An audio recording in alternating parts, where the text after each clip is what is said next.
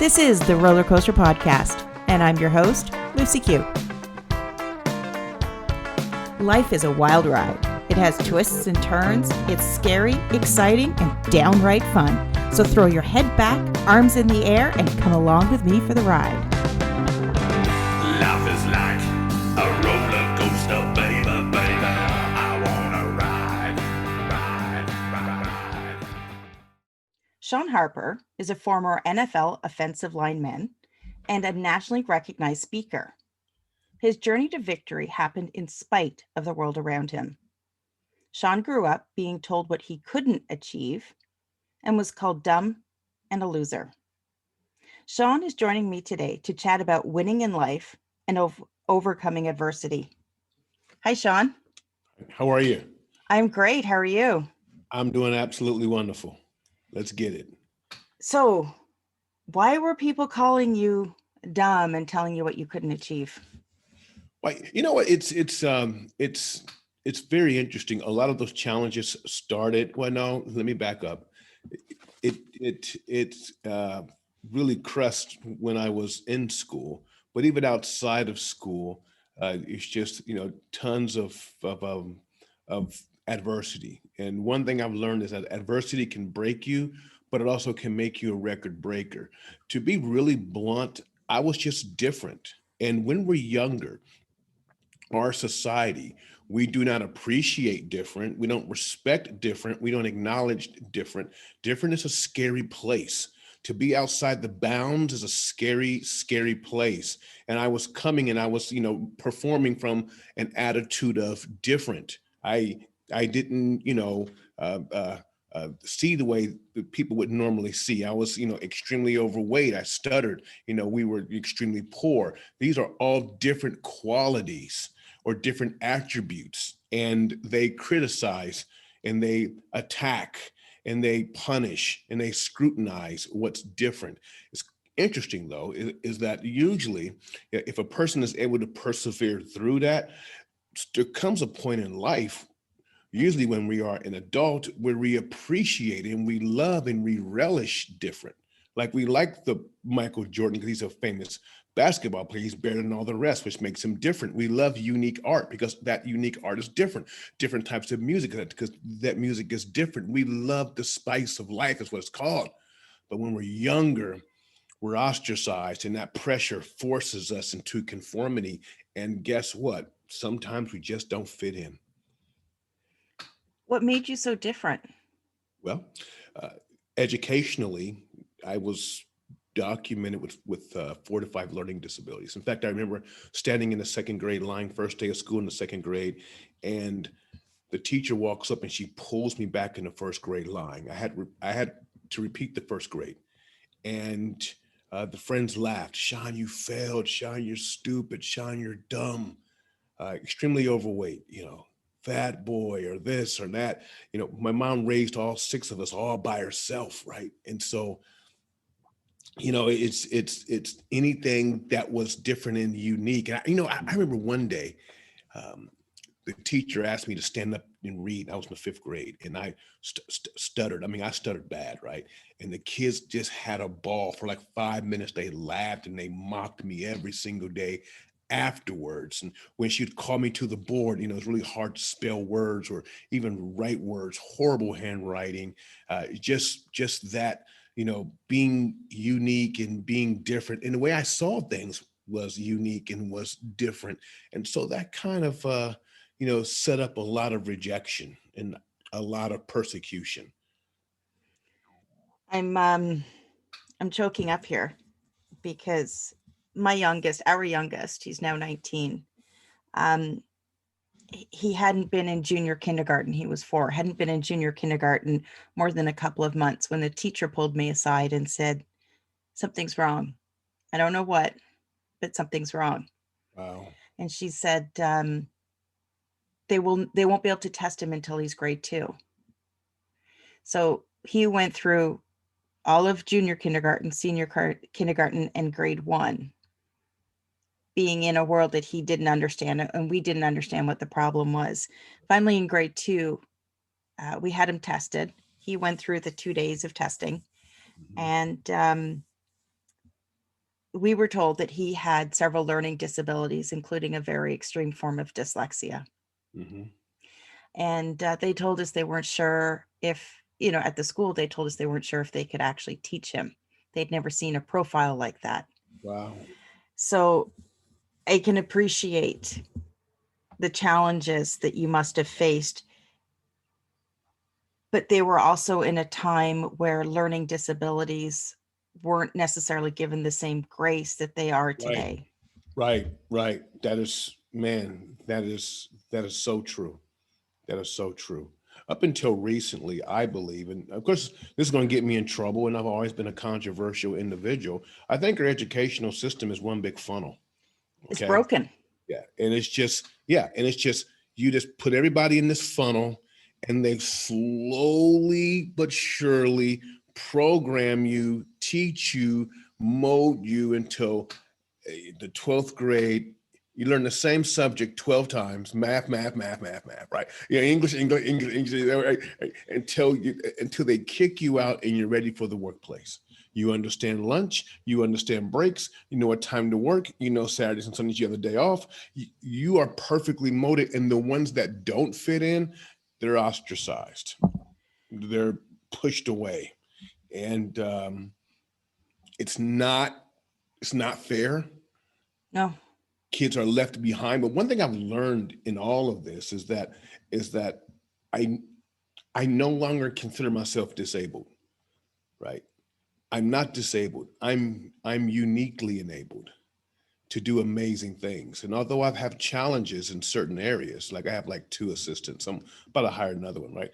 Although I have, challenges in certain areas, I'm on a genius level in others.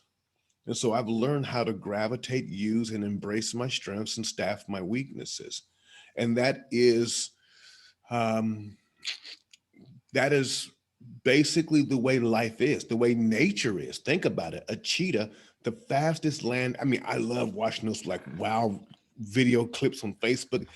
A cheetah's the fastest land animal, right? I mean, a cheetah is fast, but it can only run a quarter of a mile. A tiger is strong. I mean, a lion is strong and it's fast. But guess what? If you want to fool a lion, run zigzag. It cannot run zigzag very well. Elephants, thank God they don't eat meat. Like, I mean, Superman had kryptonite. Everyone has a strength and everyone has a weakness. And what I've learned is that I gravitate towards my strengths and I have people to complement my weaknesses. And number two, I'm very wary of people who like to point out or focus on my weaknesses.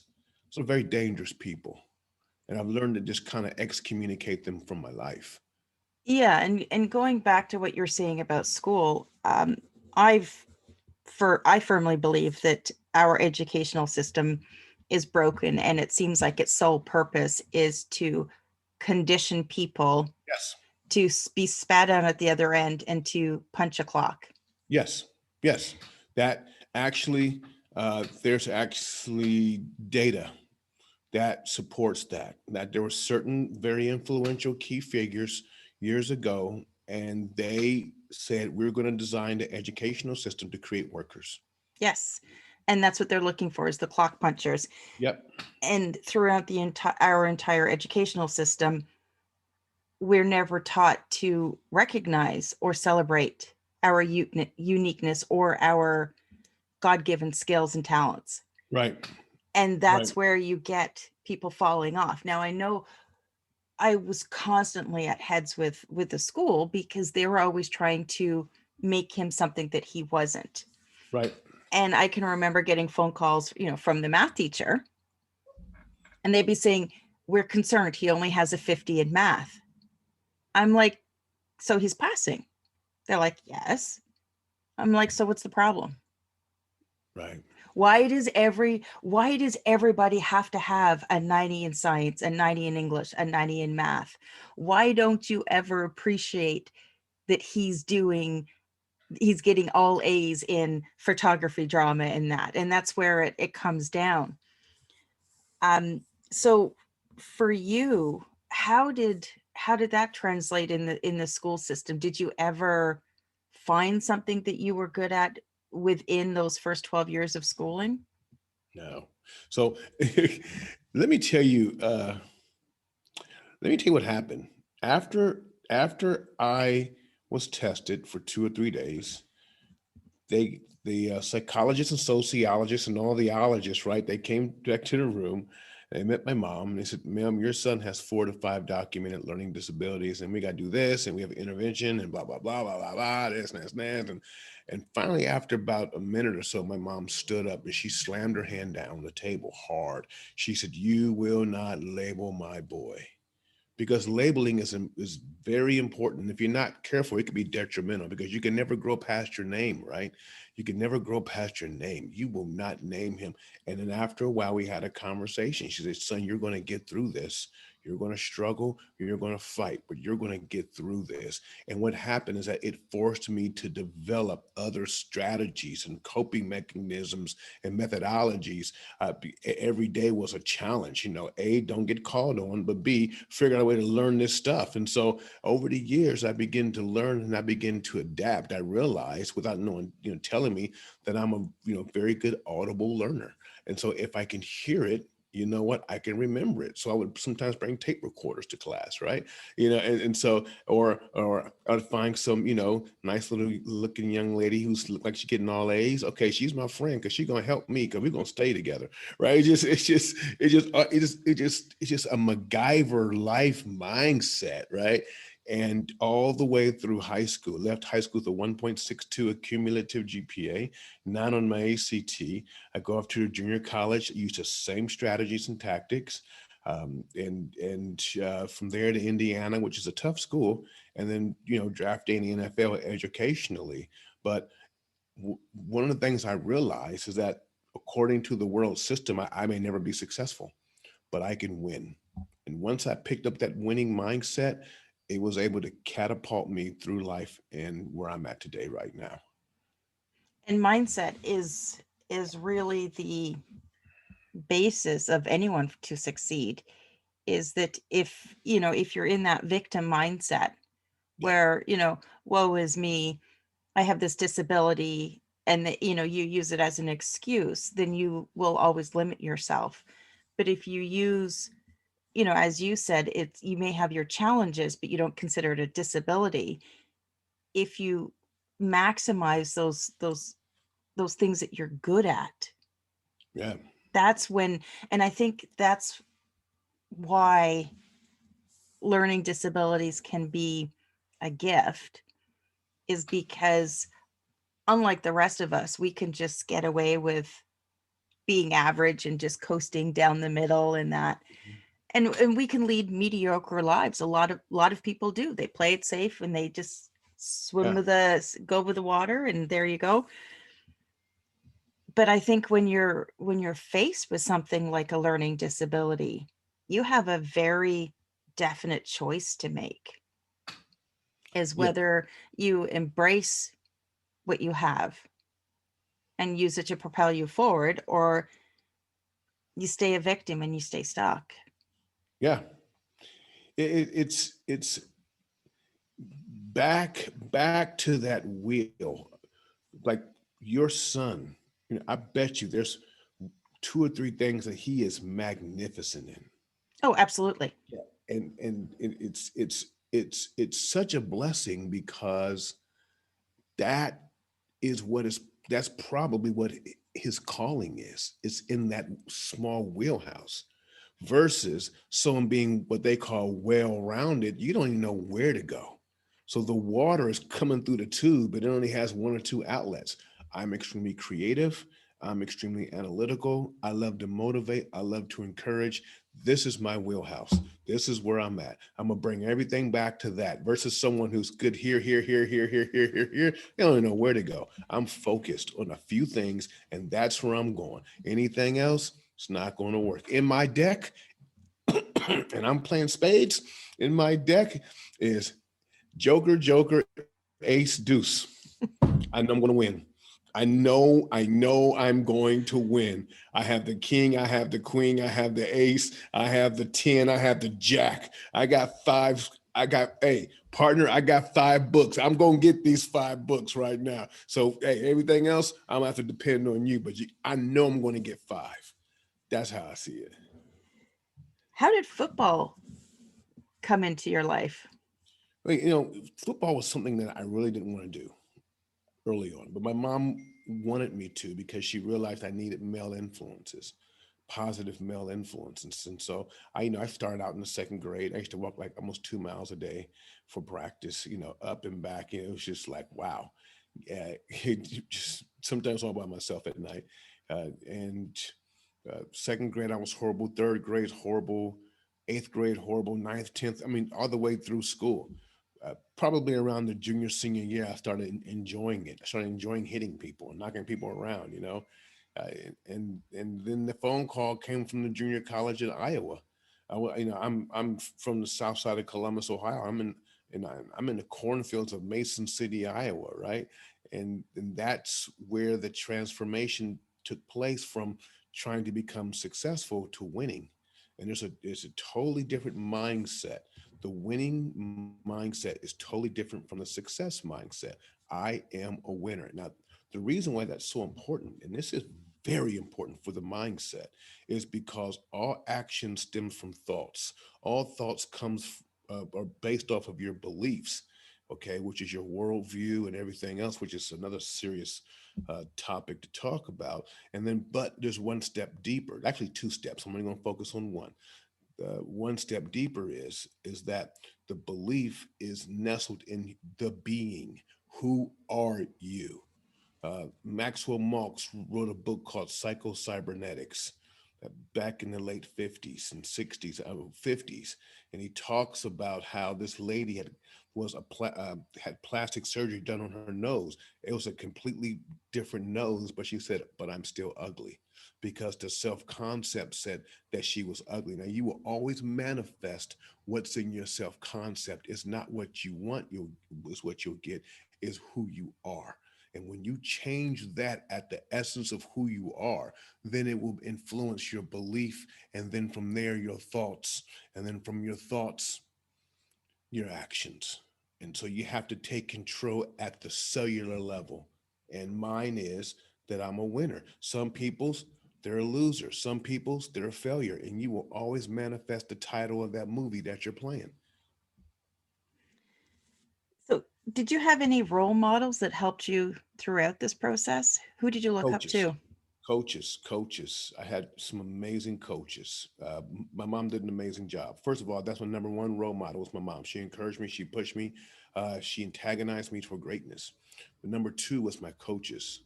And I would always look to them as father figures because I didn't have a father figure. Had some amazing coaches, and they, pulled me to the side. They encouraged me. They corrected me, and these guys were awesome. So, thinking back to that little boy standing in the grade two lineup and being Mm. pulled back to grade one. Oh, This little boy right here. oh, Yeah, oh, I that's keep cute. him here. I keep him here every day on my office desk, and occasionally I'll look over and I'll wink at him like it's gonna be okay. It's all right. That It's was okay. I was going to ask you if you could go back to that little boy standing in the lineup. What would you say to him? It's gonna be all right. The uh, the product is in the process. It's gonna be okay. I'd walk over and I would give him a big hug, wipe the dirt off his face, and be like, "Baby, it's gonna be okay. It's gonna be okay." Yeah, wouldn't change a thing. I'm not gonna rescue him. I'm gonna walk him through it. It's gonna be okay. Yeah, because ultimately to change anything would to change your Ooh. outcome. Yes, yes, yes. Which you bring up a very, very interesting point because a lot of us we go through things and we're like, well, this is what happened, and I'm going to move on, and this was traumatic, and you have so much power in some situations that you've gone through to rebrand them. Like, I'll give you an example. My father was physically abusive to me, and he left when I was 4 years old. I remember the day he left. He peeled out in this little sports car called a GTO. 3.5, 4 years old. I'm looking out the window. He's peeling out. He never came back. I mean, he'd come back to visit years later or some time later. And I'm in for years. I'm like, man, that is very traumatic. But I realized that had he not left, I would have never played professional football. He wouldn't have let me. Half the stuff I would have been a mess had he not left when he left. So I can now show gratitude for him leaving. I can show gratitude for him being in my life. So I've learned how to take tragedy and rebrand it and pull gratitude from that, or change the narrative and change the story. Yeah, sometimes you can do that. Other times you have to just really release and forgive. But sometimes, you can do that. Thank you that I may have gotten a divorce. Had that not happened, I wouldn't have the fortitude to move forward in life. Thank you for that rejection. Thank you for being fired. And because who knows what would have happened had I stayed. And I'm stronger now. I'm okay. I was too comfortable there. Take control of the narrative as much as possible. How have you taken your life experiences and then now you're turning around helping other people? You know what? Speaking, I love to speak. Yeah, I speak at conferences and youth groups. I love speaking in churches. I love it. I love to put a spiritual twist on this stuff. It just, man, it's amazing. But when COVID hit, that was really devastating. And it kind of slowed me down. And so I started doing these Zoom events and doing podcasts and everything. And this is really awesome. And now I think I'm falling in love with coaching. I'm like, you know what? There are other Shawn Harpers out there. There are other Shawn Harpers that are in the making that, there are more little boys out there, there are more of little Shawn Harpers out there. It'd be awesome if you can start coaching. You can coach right here from Zoom, and you can open it up and you can build coaching programs, or a junior executive or an executive. I've been a business owner for over 20 years.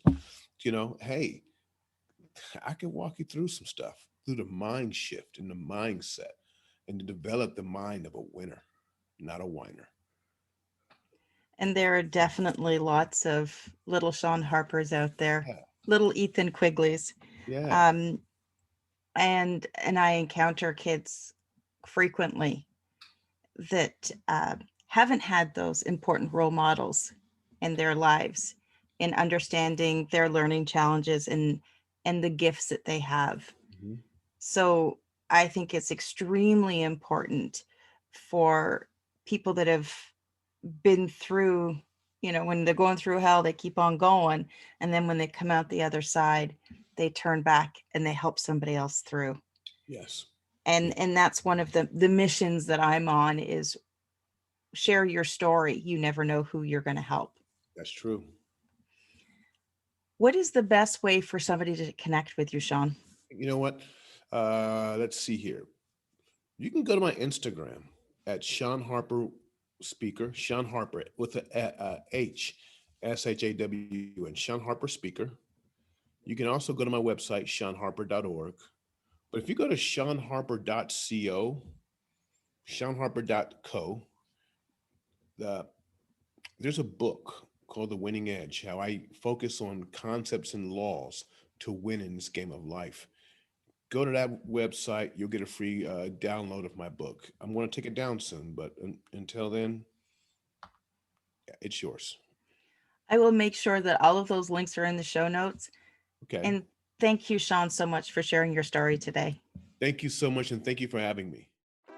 Thanks for listening to this episode of the Roller Coaster Podcast. Want to chat or share your ideas about today's show? Pop me an email at hello@therollercoasterpodcast.com. Don't forget to connect with me on Facebook and Instagram at The Roller Coaster Podcast. Our theme song, Roller Coaster, was performed by The Lucky Setback. Audio editing by the one and only Jeff Quigley of Quigley Creator. Life is like a roller coaster, baby, baby. I wanna ride, ride, ride, ride. Life is like a roller coaster, baby.